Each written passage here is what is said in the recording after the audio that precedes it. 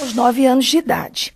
Mas já aos 5 anos de idade, eu tive contato com os primeiros fenômenos mediúnicos. Foi quando eu comecei a ver espíritos. E a minha mãe, meu pai, meus parentes diziam que eu tinha pesadelos. Então eu via os espíritos.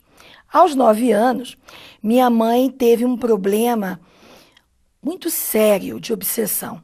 E após ela ter passado por uma junta médica de 13 psiquiatras, 2 eram espíritas, esses 2 colegas aconselharam-na a buscar um centro espírita para ajudar aqueles companheirinhos que provavelmente haviam sido prejudicados por ela no passado e disseram, vai lá no centro espírita.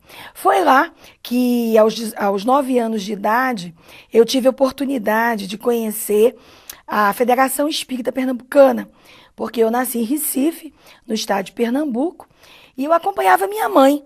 Assistia, você imagina, assistia as reuniões públicas à noite e depois íamos para a aplicação dos passes. A primeira obra espírita que eu li foi Marta, de Fernando Dó. Eu tinha 11 anos de idade. E de lá para cá, eu não parei mais. Eu comecei a ler, comecei a estudar. Aos 15 anos de idade, eu tive 2 noites insone. Minha mãe já frequentava aqui em Brasília a Comunhão Espírita de Brasília. E aí eu comecei a acompanhá-la, né? Como sempre, já acompanhava desde o tempo da federação, lá no Recife. E aqui, aos 16 anos de idade, naquela época era permitido, né? Hoje em dia, não. Eu frequentava, era espectadora de uma reunião mediúnica e eu comecei a sentir um envolvimento, muita energia, como se eu estivesse volitando. E aí, a dirigente do trabalho mediúnico disse para mim, minha filha, dê a comunicação.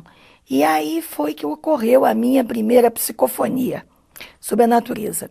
Eu tinha 16 anos de idade e a companheira virou para mim e disse assim, olha, se você quiser, você pode começar a semana que vem, sentar à mesa mediúnica. Você imagina que isso para uma cabecinha de 16 anos, um adolescente, poderia ser algo assim muito impactante. Eu virei para ela e falei assim, escute, eu queria saber o que está acontecendo comigo. Que livro que eu vou ler a respeito? Foi aí que eu comecei a entrar em contato com as obras básicas. Eu li o Principiante Espírita, comecei a ler o Livro dos Espíritos, o Livro dos Médiuns, e depois comecei a trabalhar mediunicamente, coisa que faço até hoje. Na medicina, depois quando eu optei, porque eu fiz 2 anos de arquitetura, depois optei pelo curso médico, eu continuei a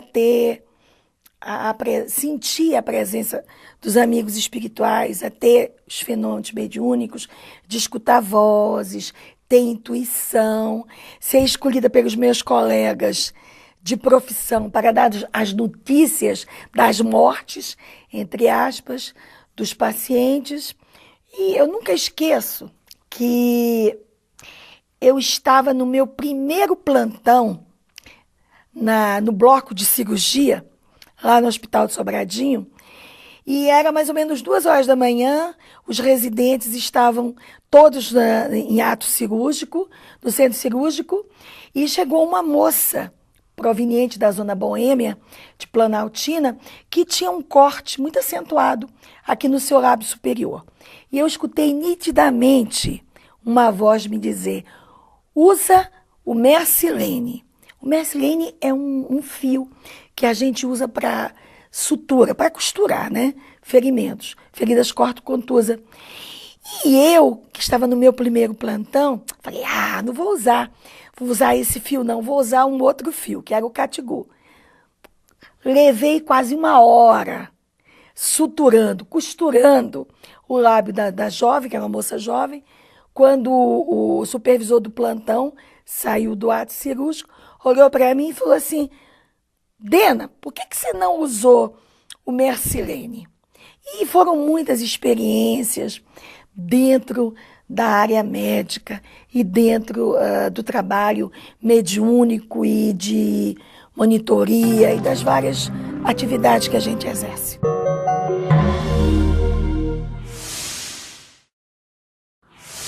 Aos 7 anos de idade, eu tive uma crise, né?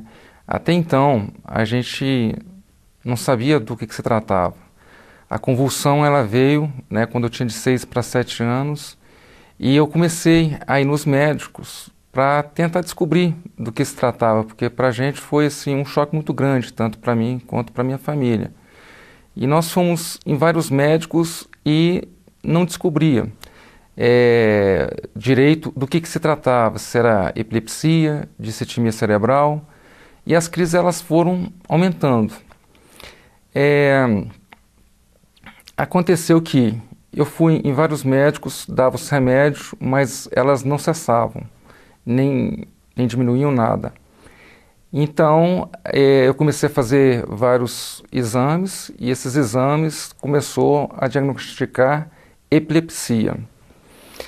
Então, eu cheguei a ser internado algumas vezes, né, para ver se tinha alguma forma de tratar diretamente essa doença, e os médicos não achavam uma forma de tratar ela diretamente.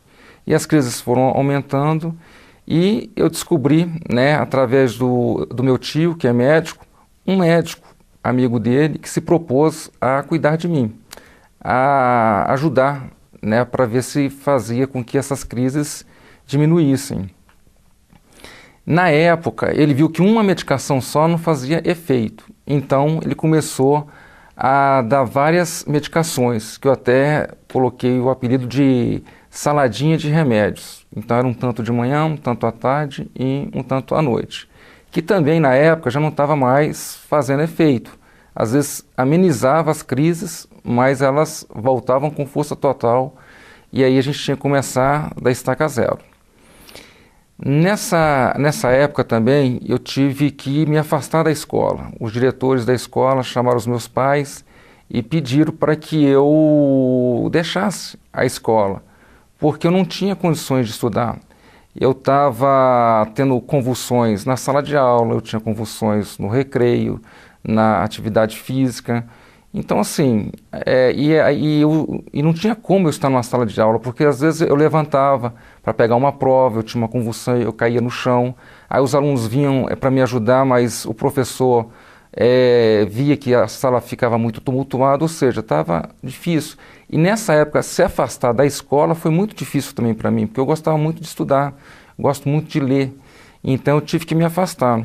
Então, eu já não ia mais à igreja, que a gente era da religião católica, porque também tinha convulsão lá na rua, no Mineirão, né, que eu gostava de assistir os jogos.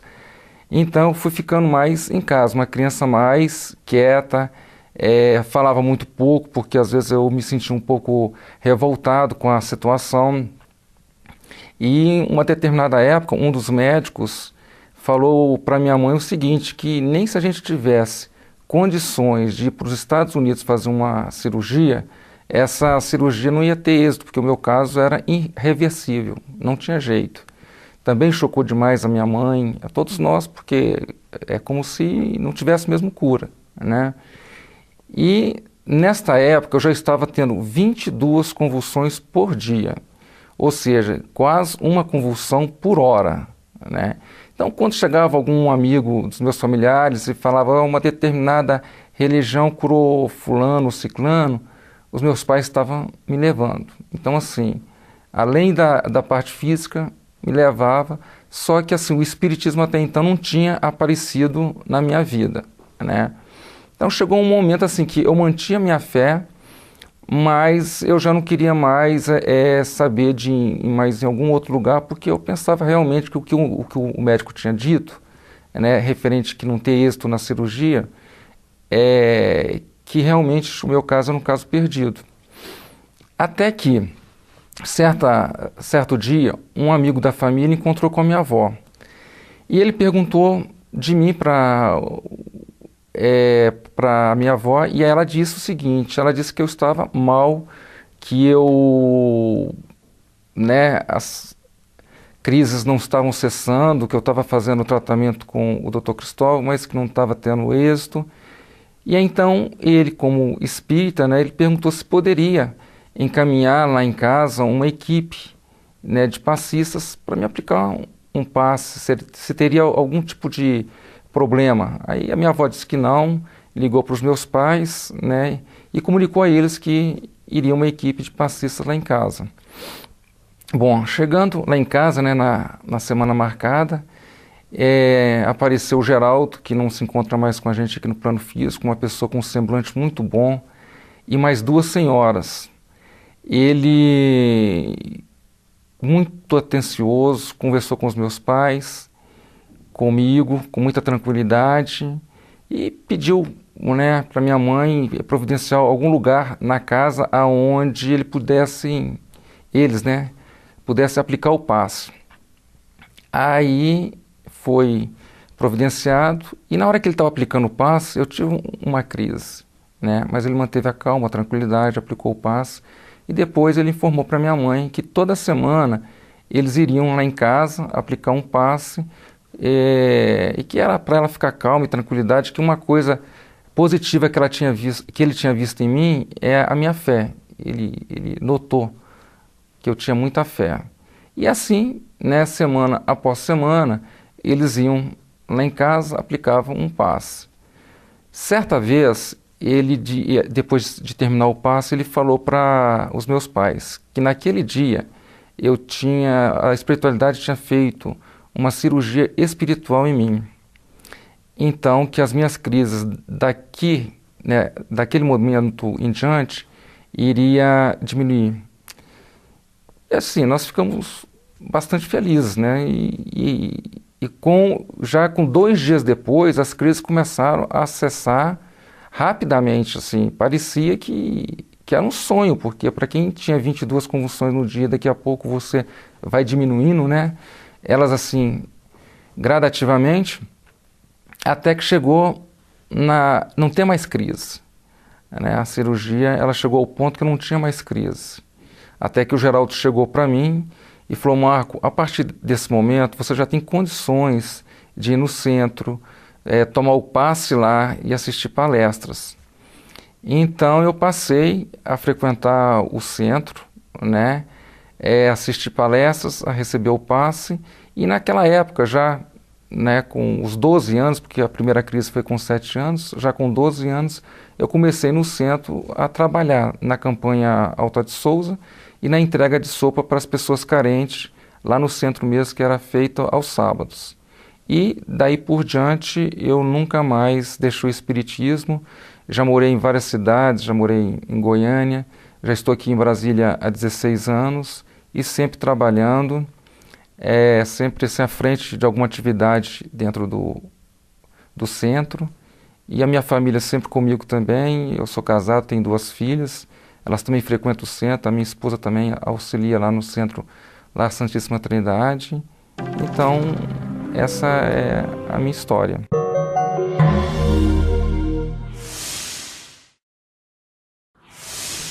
Felizmente eu já nasci em berço espírita.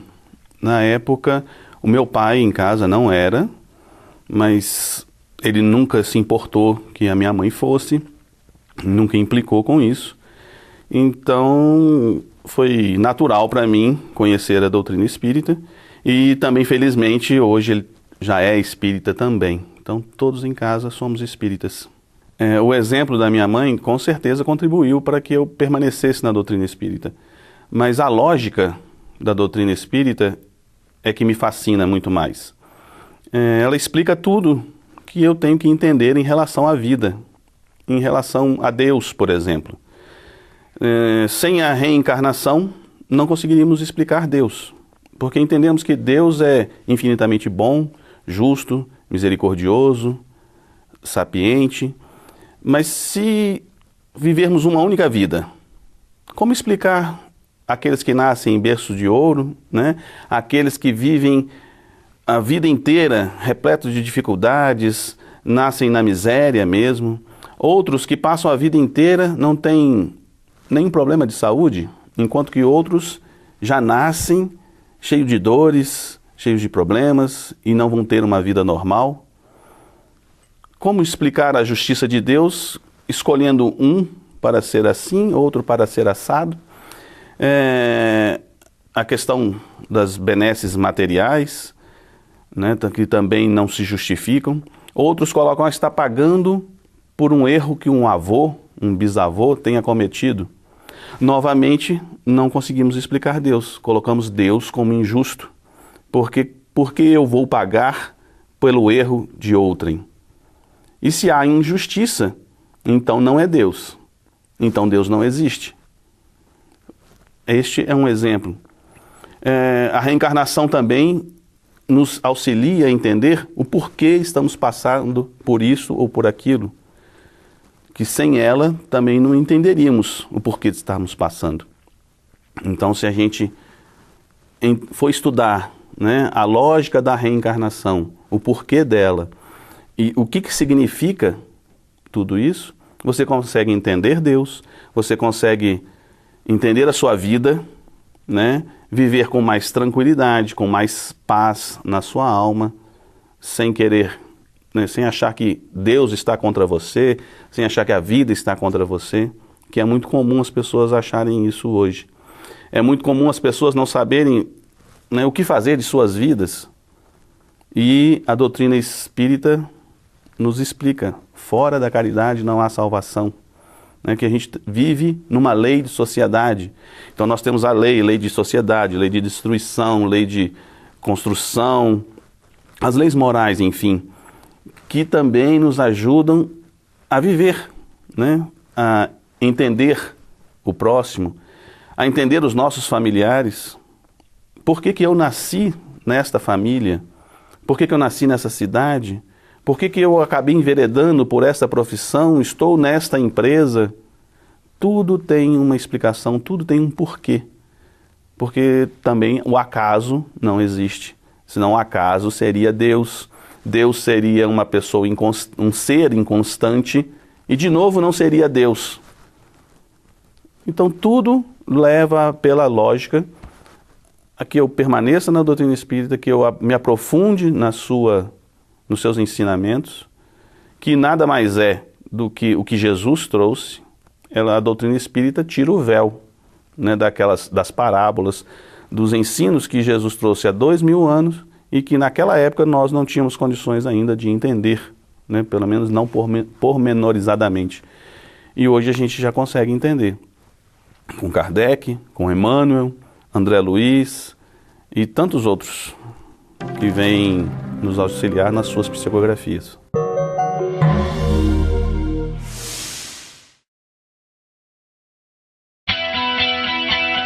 A TVC está presente em toda parte, na Web TV, através do satélite, em seu celular, TV por assinatura e também nas redes sociais. Acompanhe a TVC também no blog, Twitter, Facebook,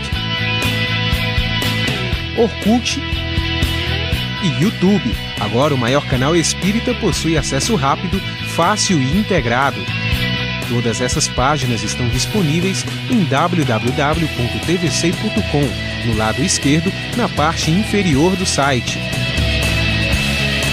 Além de ficar por dentro de tudo que acontece na sua TV Espírita, você ainda pode deixar o seu recado e dar sugestões para que a TVC continue crescendo.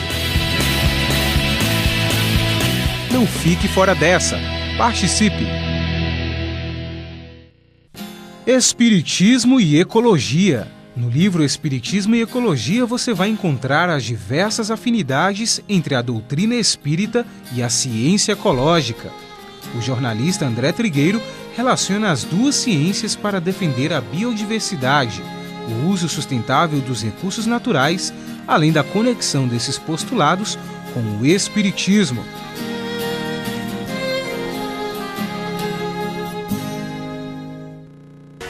Jovem, para que reencarnamos?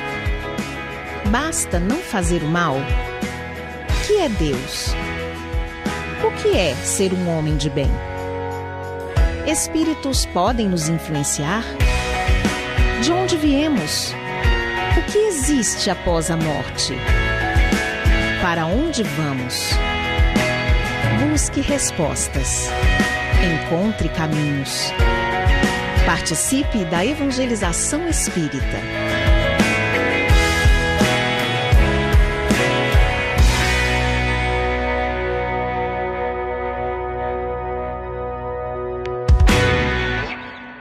Você gostaria de ajudar a expandir o Espiritismo na TV?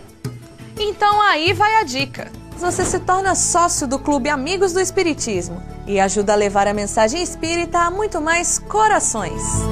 Além de contribuir com este grande desafio, você ainda ganha brindes exclusivos. Uma revista que vira pôster e 2 DVDs todo mês na sua casa, com documentários, animações e videoaulas. Acesse www.amigosdoespiritismo.com.br, faça o seu cadastro e participe!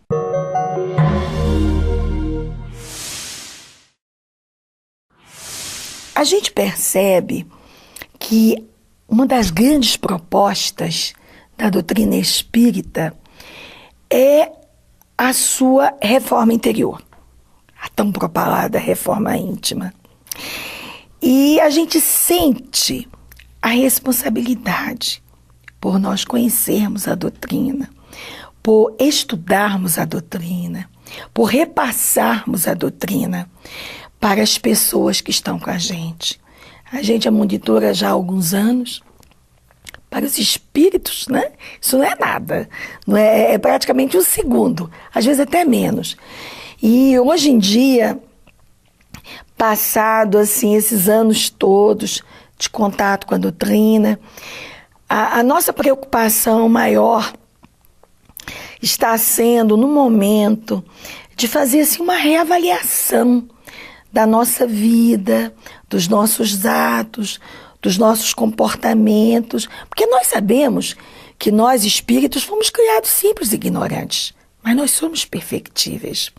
Então, a nossa preocupação, hoje em dia, além de repassar a doutrina, de continuar estudando a doutrina cada vez mais, é de realmente a gente tentar se modificar. E olha, não é fácil, não.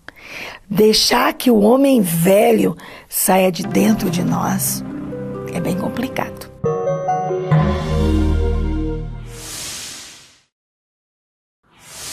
Ela me tornou uma pessoa menos crítica, mais paciente, uma pessoa que olha o mundo com outros olhos, né?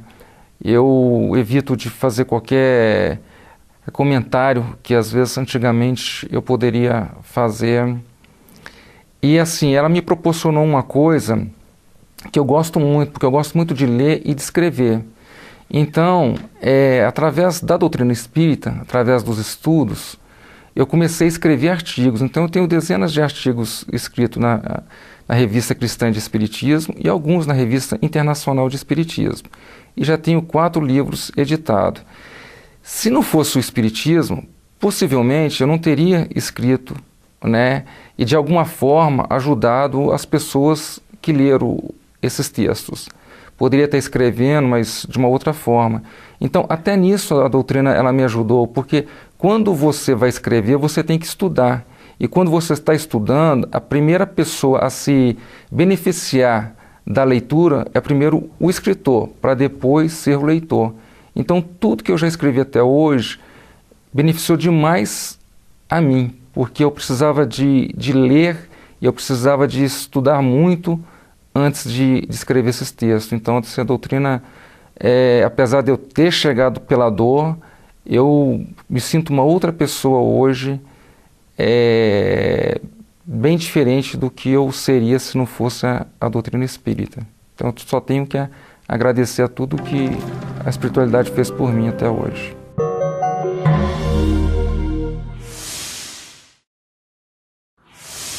Ele vem me cutucando, né? Vem de dentro para fora, me forçando a mudar na tentativa de ser uma pessoa melhor.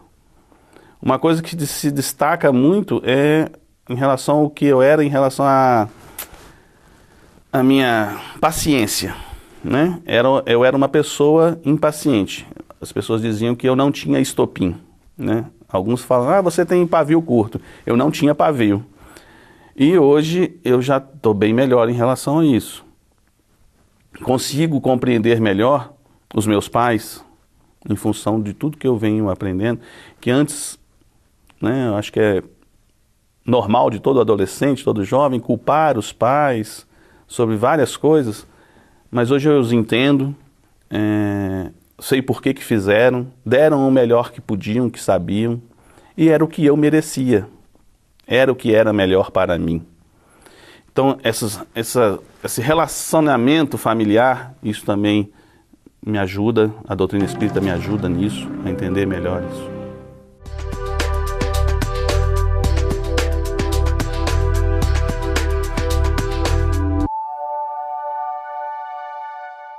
Sério de obsessão. E após ela ter passado por uma junta médica de 13 psiquiatras, 2 eram espíritas, esses 2 colegas aconselharam-na a buscar um centro espírita para ajudar aqueles companheirinhos que provavelmente haviam sido prejudicados por ela no passado e disseram, vai lá no centro espírita. Foi lá que, aos 9 anos de idade, eu tive a oportunidade de conhecer a Federação Espírita Pernambucana, porque eu nasci em Recife, no estado de Pernambuco, e eu acompanhava minha mãe. Assistia, você imagina, 16 anos de idade, e a companheira virou para mim e disse assim, olha, se você quiser, você pode começar a semana que vem, sentar à mesa mediúnica. Você imagina que isso para uma cabecinha de 16 anos, um adolescente, poderia ser algo assim muito impactante. Aí eu virei para ela e falei assim, escute, eu queria saber o que está acontecendo comigo. Que livro que eu vou ler a respeito? Foi aí que eu comecei a entrar em contato com as obras básicas. Eu li o Principiante Espírita, comecei a ler o Livro dos Espíritos, o Livro dos Médiuns, e depois comecei a acompanhá-la, né? Como sempre, já acompanhava desde o tempo da Federação, lá no Recife. E aqui, aos 16 anos de idade, naquela época era permitido, né? Hoje em dia, não.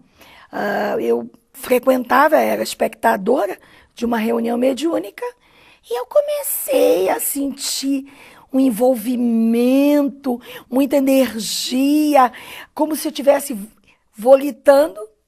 E aí, a dirigente do trabalho mediúnico disse para mim, minha filha, dê a comunicação. E aí foi que ocorreu a minha primeira psicofonia sobre a natureza. Eu tinha assistia às reuniões públicas à noite e depois íamos para a aplicação dos passes. A primeira obra espírita que eu li foi Marta, de Fernando Dó. Eu tinha 11 anos de idade. E de lá para cá, eu não parei mais. Eu comecei a ler, comecei a estudar. Aos 15 anos de idade, eu tive 2 noites insone. Minha mãe já frequentava aqui em Brasília a Comunhão Espírita de Brasília. E aí, eu comecei.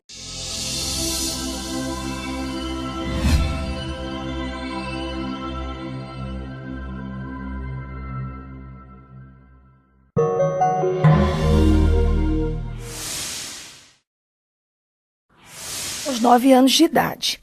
Mas já aos 5 anos de idade, eu tive contato com os primeiros fenômenos mediúnicos. Foi quando eu comecei a ver espíritos. E a minha mãe, meu pai, meus parentes diziam que eu tinha pesadelos. Então eu via os espíritos. Aos 9 anos, minha mãe teve um problema muito sério.